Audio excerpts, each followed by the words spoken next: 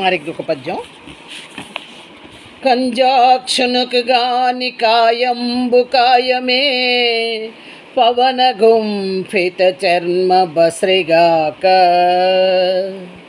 వైకుంఠు బుగడని వక్త్రంబు వక్త్రమే ఢమఢమ ధ్వని తోడ ఢక్కగాక హరిపూజనములేని హస్తంబు హస్తమే తరుశాక నిర్మిత దర్విగాక కమలేసు చూడని కన్నులు కన్నులే తను కుడ్యజాల రంధ్రములుగాక చక్రి చింతలేని జన్మంబు జన్మమే తరల సలిల బుద్బుదంబుగాక విష్ణు భక్తి లేని విభుదుండు విభుదుడే పాదయుగము తోడి పశువుగాక. ఇంకా ఇలా అంటున్నాడండి ప్రహ్లాదుడు. కుమ్మరివాని దగ్గర నిప్పును రగిలించడానికి చర్మంతో చేయబడిన బస్రి ఉంటుంది. దాని నిండా గాలిని నింపి వదులుతూ ఉంటారు. విష్ణు సేవకు వినియోగించని శరీరము ఆ చర్మ బస్రితో సమానం సుమ. ఈ శరీరం కూడా గాలిని నింపుతూ వదులుతూ ఉంటుంది కదా, ఉచ్ఛ్వాస నిశ్వాసాలు.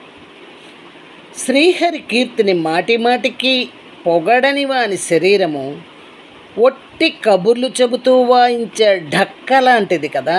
చప్పుడు చేయడమే ముఖ్యోద్దేశం ఢక్కకి.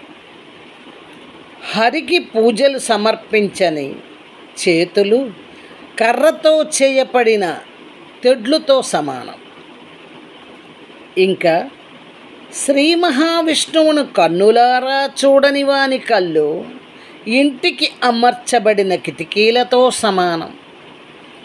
నీటిలో బుడగలు పుడుతూ అణిగిపోతూ ఉంటాయి. నారాయణ స్మరణ లేని జన్మ కూడా ఆ నీటి బుడగతో సమానమే. ఇంత చెప్పడం దేనికి? విష్ణు భక్తి లేని మానవుడు 2 కాళ్ళు కలిగిన పశువు లాంటివాడు. అంటే మానవ జీవితం విష్ణు సేవకే అంకితం కావాలి.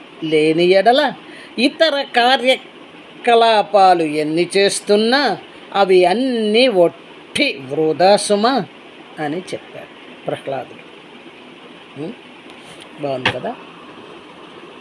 ఇలాగా పద్యాలు నేర్చుకుందాం. మన పాత సంస్కృతిని వెలికి తీసుకుందాం. నాకు అది ఇష్టం.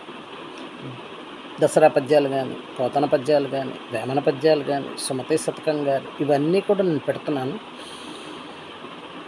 మీరు నన్ను ఫాలో అవ్వండి, సబ్స్క్రైబ్ చేయండి. మీకు కూడా నా నోటిఫికేషన్స్ వస్తాయి.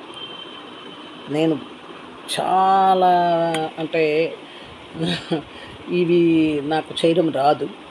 యాక్చువల్గా నేను ఇలాగా చెప్పేసి పాడేసి పెట్టేస్తున్నాను. దీన్ని ఎలాగా అంటే ఒక బ్యూటిఫై చేయాలో నాకు తెలియదు. So naturally I'm doing naturally. This is natural. Okay.